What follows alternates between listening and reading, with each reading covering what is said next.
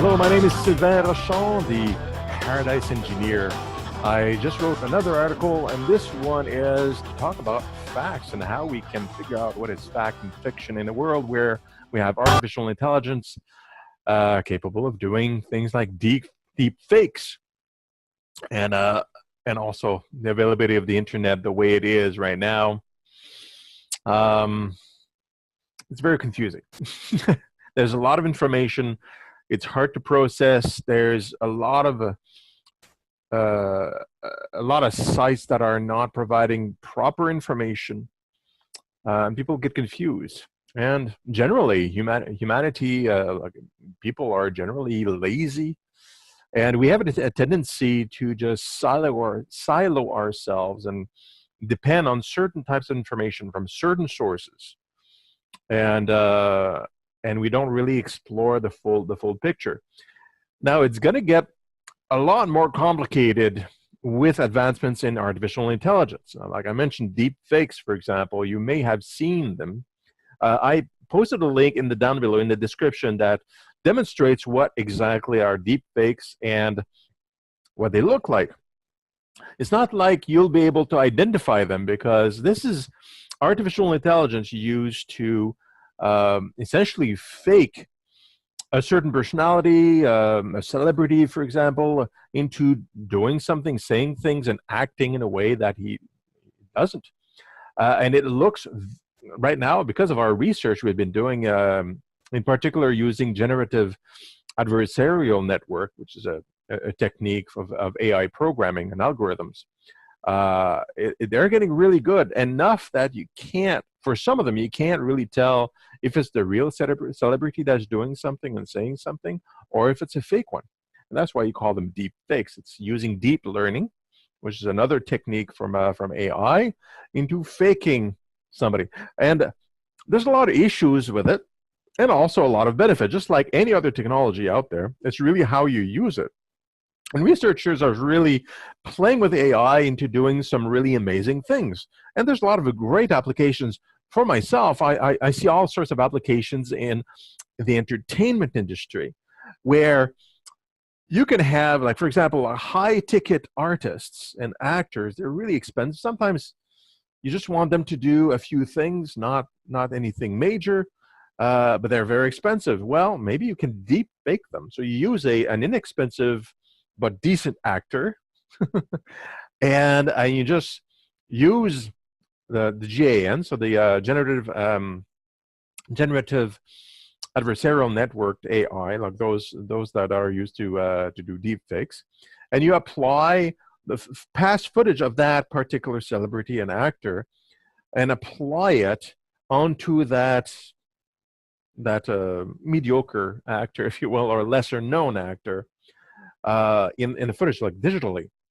And then all of a sudden you have this major actor doing certain things on screen, with very, very minimal artistic input and very minimal expense. But that's very useful for directors that want to do certain things. It's another tool in the toolbox. It's great. But what's happening now is that, well, this technology is available for all sorts of other applications that may not be that cool. Like, for example, you can imagine situations of blackmail, or impersonating a politician like Barack Obama, Trump, who else? Theresa May, who else? Anybody, right? And through your own acting or an actor's actions, and you're filming this like digitally, like on the computer, you can make that persona do and say anything you want. And they're going to look exactly like their footage that you'd find online normally. So how do you differentiate that from the real deal? You can't really tell with the naked eye if it's good well enough. And some of the research, and again, I invite you to check the video fully. Some of the research is really amazing, where it's really hard to tell if it's real or if it's fake. It's only going to get better, and as we move forward, the technology just improves and the techniques improve. AI learns and it gets better with time, and so on. So what do we do in a world where this exists, where not only do we have an issue with silos or micro communities where where people tend to get their news from specific sources that they already agree with, and they ignore all the other sources, which creates these groups of individuals that have certain beliefs and that don't have any contact, or very little contact, with other groups that may have other beliefs, or are following other facts or different interpretations of fact. Like we look at, especially in the U.S., I follow the news. We have a conservative networks and you have the liberal networks, and they're basically getting the same information from the world, but they're interpreting them in a different way. They're issuing different opinions, and the people that are following these different channels, they don't cross paths very much. They don't watch each other's channels generally. They watch only their own channel, and this is very basic human nature. People like it when they find a major news source that agrees with their opinion, and they'll tend to follow that religiously. And then because they feel validated, their opinions are validated by that news source, and they'll gather with people that have similar mindset and so on. So that's what I mean by macro communities of information. And even though the facts are equal and the same across the board, the information we end up having as individuals after filtration and synthesis may be extremely different. And that's where we get into arguments among ourselves on who's right and what's true and whatnot. So combine that with the existence of things like deep fakes, dubbing, all sorts of software that are really good. And they are, there's a website that has been circulating virally fairly recently, again, I'm putting it up in the down below, although it hasn't been working today. I'm not sure if they put it down. That was done by NVIDIA, but it's a website called thispersondoesnotexist.com, and it just generates pictures, and they look pictures of real people to the last detail. If you look really closely, they look like real people, but they are actually generated by another GAN, another generative adversarial network. And it's just a demo prototype to show that we can actually do these things. So if the internet is full of those, good intentions or not, well, how do we determine what's real? How do we get the facts on their own? How do the journalists actually validate if something is real or not? If they find a video that's been put up, well, you really have to dig deep to know where does the video come from. It seems to be the celebrity doing something, but it could be a deep fake. Well, there are some answers with the same technology, the same AI that is able to create the deep fakes is also, if it's programmed slightly differently, of course, able to detect fakes versus real. Technology goes both ways. It's both a problem and a solution, usually. It's not all one-sided. The issue that I'm detecting here is that you don't necessarily have this software in your pocket. That has to be deployed because, again, human nature is that most people will be lazy. They don't check their sources. They like their siloed micro-communities where they get validation of their own opinion. So if it's a deep fake information, if it's real, they may just accept it because it's filtered for them by trusted sources. It becomes quite an issue.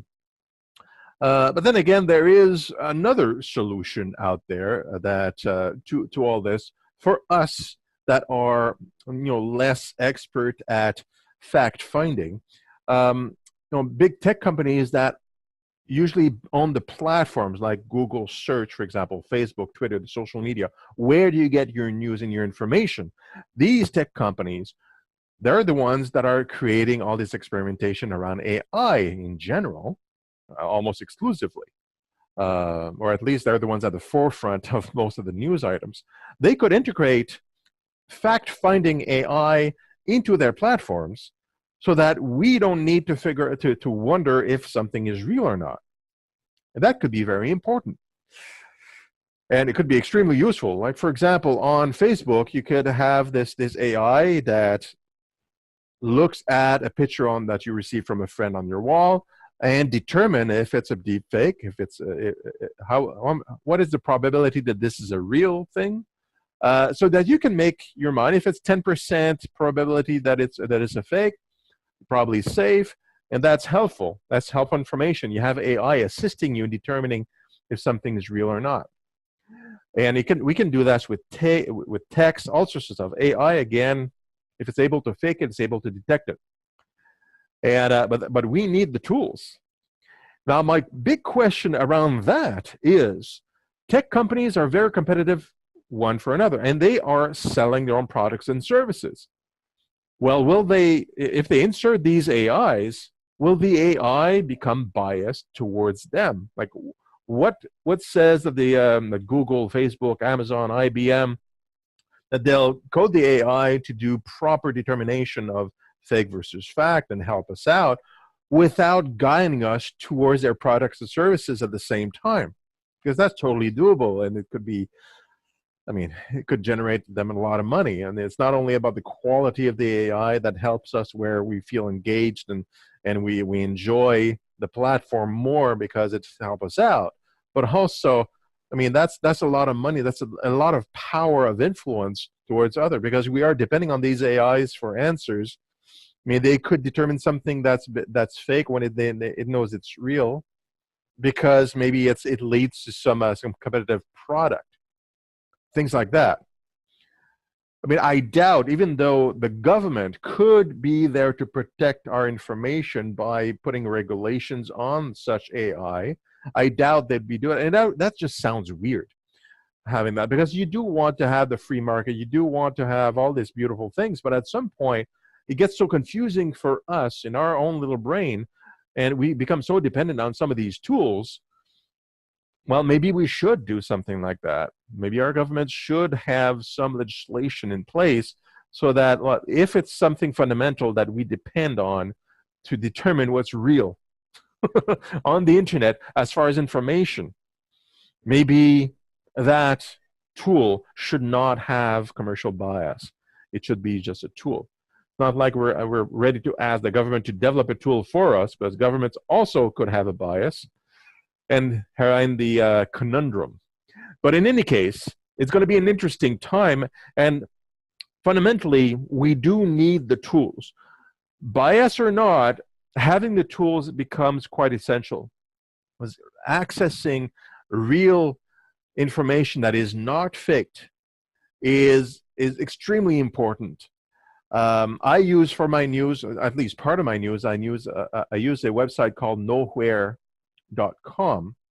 nowherenews.com. That's the whole link, and it takes all sorts of articles on the same subject, on the same happening or event, and it tries to filters it down to an impartial set of information in a text that I can read, and I can make my own opinion about it. I think that's very practical. That's the type of AI system that I can really root for, and I do. I talk about it all the time. That's an example, fairly simple. But I mean, I don't want somebody else's opinion. I want to make my own mind about things, but I want to know what the facts are. I don't want the fake stuff. I want the real stuff, and all of it. Feed it to me, and I can make my own mind, my own opinion. I don't need the journalist to insert his or her own opinion on this. I'll do it myself. Thank you.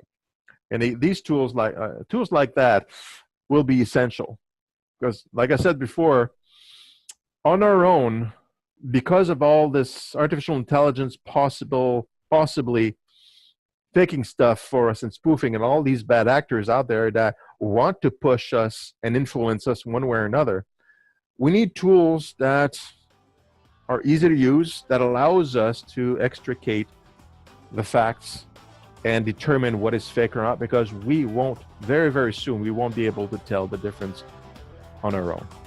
It's important. Anyway, that's it for today. Hope you liked it. If you really liked it, well, you know what to do. Like and share and subscribe. And I'll be talking about things like that every couple of weeks at the very least, if not more frequently. So thanks a lot, and have a great day. Don't think too much about deepfakes, but do think about it a little bit. Bye-bye for now.